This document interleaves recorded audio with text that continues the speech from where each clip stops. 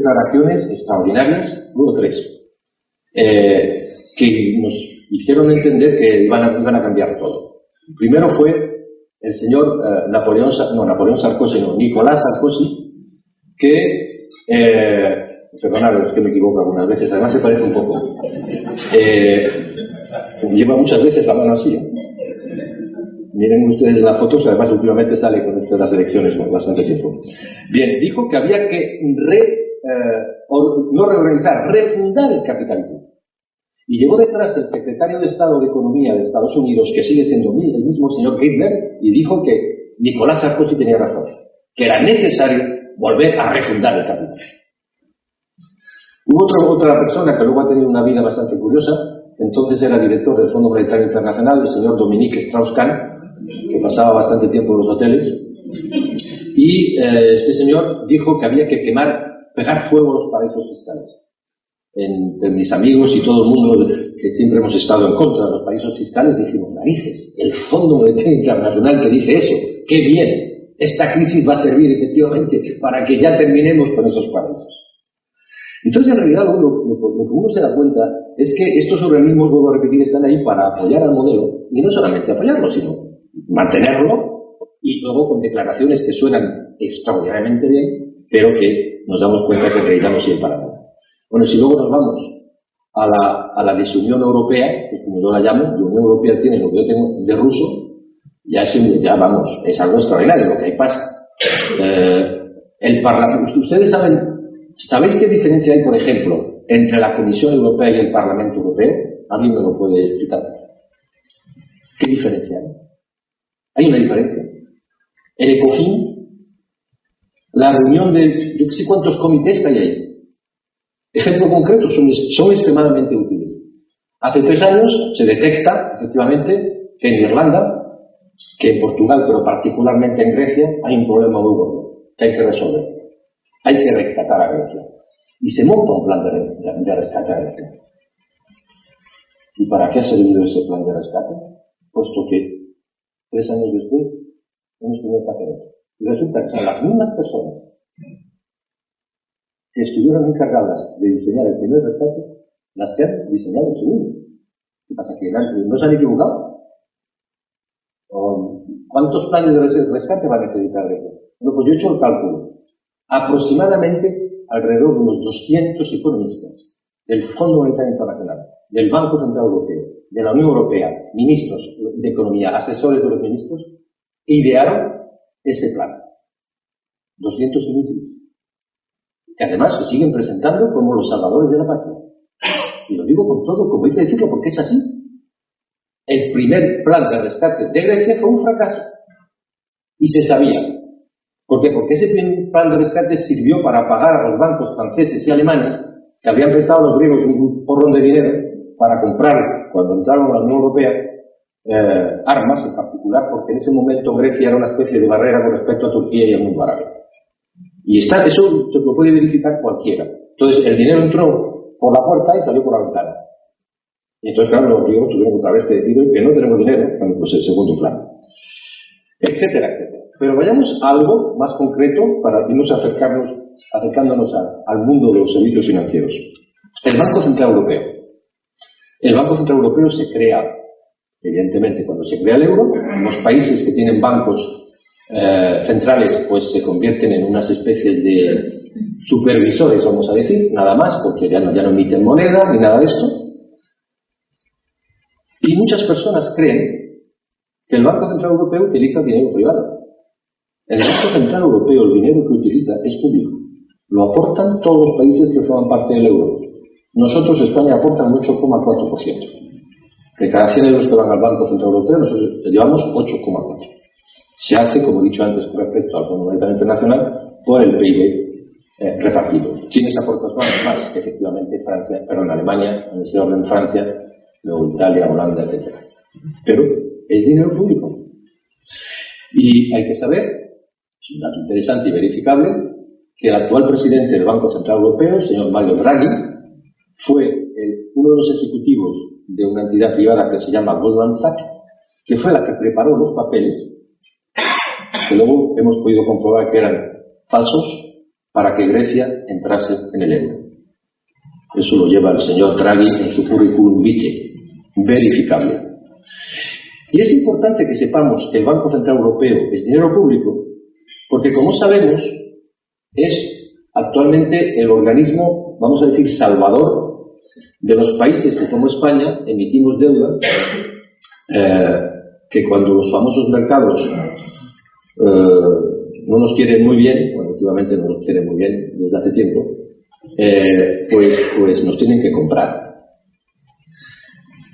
Y el Banco Central Europeo hasta el año 2007 podía prestar dinero directamente a los países, pero se firmó el Tratado de Lisboa, empujados ya por Alemania y Francia, para que eso no se pudiese hacer, porque los países, particularmente el sur de Europa, no éramos gente seria, gastábamos muchísimo más de lo que teníamos y no iba a estar ahí el Banco Central Europeo dando dinero ni nada. Se prestaba a los bancos y luego que los bancos tomasen las decisiones oportunas para poder, si ellos querían, comprarle deuda a los países. Pero claro, aquí entramos en un circuito que es extraordinario. La crisis estalla. A nivel mundial, ¿cómo se salva a los bancos? Con dinero público. En particular en Europa, el Banco Central Europeo, cuyo dinero, el dinero que dispone, es público, se presta a los bancos privados al 1%. Y con ese dinero público, que no pertenece a los bancos, que pertenece a los países que están dejando, los bancos compran deuda pública al 6%. Negociarlo, ¿no? Es así como funciona. Es así como funciona. Dinero público, Banco Central Europeo, bancos privados, otra vez compra dinero público y nos llevamos un diferencial. Cuidado, cuando hablo un diferencial, por ejemplo, de la última subasta que ha tenido lugar ayer, en España se han llevado un 5%. Pero es que si compran deuda griega, se llevan un 16%. Nada más y nada menos. Entonces, ¿esto se puede arreglar? Sí, se puede arreglar. La señora Merkel dice que no, porque entonces habría que reunir a todos los países y tal. No, hay un artículo dentro del Estatuto del Banco Central Europeo, que es el artículo 23.1, que permite que el Banco Central Europeo preste dinero a lo que se llama entidades públicas de crédito. Y en España tenemos una que se llama el ICO, el Instituto de Crédito Oficial. El Banco Central Europeo puede perfectamente, sin modificar nada, en la medida en que la señora Merkel, el señor Sarkozy, aunque el señor Sarkozy quizá no esté dentro de poco, no esté ya ahí, quisiesen, se podía, digamos, el ICO podía recibir dinero prestado al 1% y el ICO podría no solamente comprar deuda, pero también prestar a las empresas. También entidades similares a la del ICO existen en toda Europa. Existe también el Banco Europeo de Inversiones, que es también una entidad a nivel europeo de crédito público. Luego se podría hacer. La pregunta que nos podemos hacer es ¿por qué no se hace? Bien. Nos vemos en qué decoramos. Encontramos con el modelo cómo los organismos financieros internacionales, se comportan, cómo se alimentan, qué han hecho o no han hecho, y llegamos también, tenemos que dar una pincelada sobre la estructura actual del sistema financiero español. Yo diría que, menos el tema de que en España tenemos comunidades autónomas, en Alemania también, Francia no, hay algunos matices, pero el sistema es el mismo. Hay tres grandes bloques del sistema financiero. El bloque de mercados, donde está el mercado interbancario, que es donde se fija el precio del Euribor, es decir, cuando los bancos se prestan últimamente poco porque no se fían los unos de los otros, dinero uno a los otros, y es así como se determina el Euribor. Está el mercado de divisas, que es para cambiar dólares por euros, por yenes, etc. Está el mercado de deuda pública, que es la Dirección General del Tesoro. Está las bolsas de valores, y luego están los mercados un poco especializados que se llaman de futuros y opciones. Eso son los mercados. En medio están los intermediarios financieros. Y ahí encontramos los bancos, las cajas de ahorros, las cajas rurales, las cooperativas de crédito, el ICO, las entidades intermediarias de la bolsa y las entidades aseguradoras. Ahí, pero las cajas rurales están en ese bloque. Bien, y luego tenemos los órganos supervisores.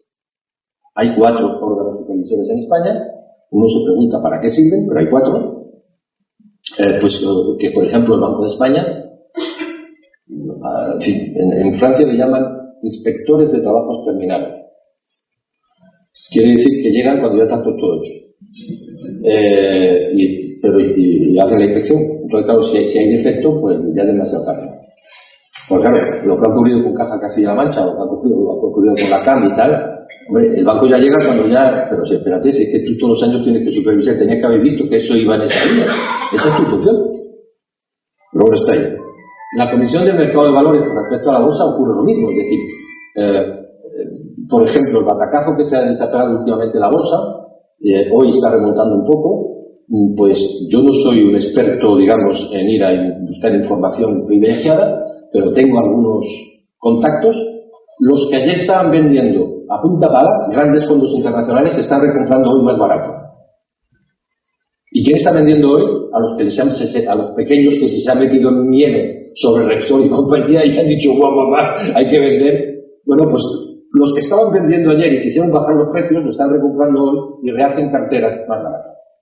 Bueno, pues eso, cuando uno pasa una orden de bolsa, tiene que dar un NIF o un CIF. Eso la Comisión Nacional del Mercado de Valores lo sabe. Es obligatorio. No puede uno ir a la bolsa diciendo soy el señor X y quiero comprar o vender. No, hay que identificarse. O soy el fondo Y. No hay que identificarse. Bien, luego está la Dirección General de Seguros y como últimamente, hace ahora 5 años, como no teníamos bastantes entidades supervisoras, el Ministerio de Consumo, de Sanidad y Consumo, también se le declaró como entidad supervisora por todos los pequeños créditos que en un momento dado empezaron a pulular por todos los lados. Es decir, que se hace una diferencia entre el que tiene un crédito de 5.000 euros para comprarse no sé qué y el que tiene una cuenta bancaria y el que tiene acciones, cuando estamos hablando de lo mismo, estamos hablando de dinero y de transacciones. Y claro, esto crea un cacao que no os podéis imaginar. Aquí cuando alguien va a reclamar no sabe, porque normalmente el banco le ha vendido la tarjeta de crédito, la cuenta, las acciones, un seguro y ahora un crédito rápido. Pero si el cliente se va a quejar al banco, lo primero que hace es ir al Banco de España. El Banco de España dice, no, es que esto es un fondo, hay usted la comisión. Y si es una póliza de seguro, lo mismo. Hay un paseo por toda España entre los organismos de supervisión extraordinarios.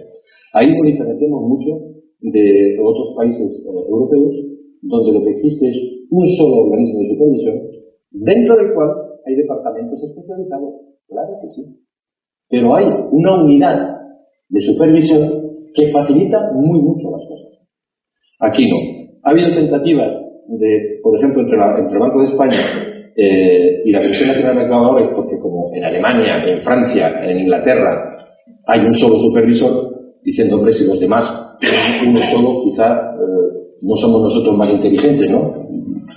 Y el problema que se ha puesto encima de la mesa, el más importante, es que si ese organismo se creaba, ¿quién iba a ser su presidente? ¿El Banco de España, el del Banco de España o el de la Comisión Nacional? Las peleas enormes, como llegan a un acuerdo, pues no se hizo. Lo que es profundamente profesional.